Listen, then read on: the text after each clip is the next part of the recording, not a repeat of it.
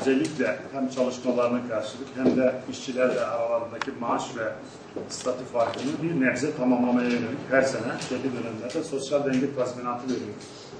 Bu sene de 450 TL'lik bir katkıyla onların bu çalışmalarına destek olmak istiyoruz.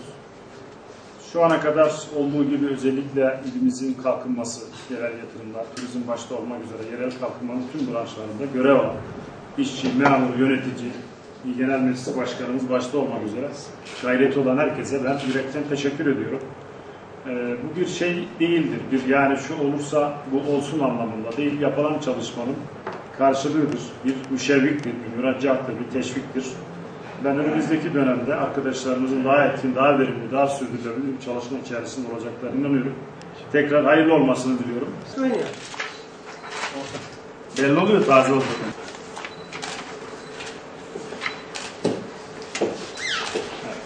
Sayın Valim, İsim özel idaresi.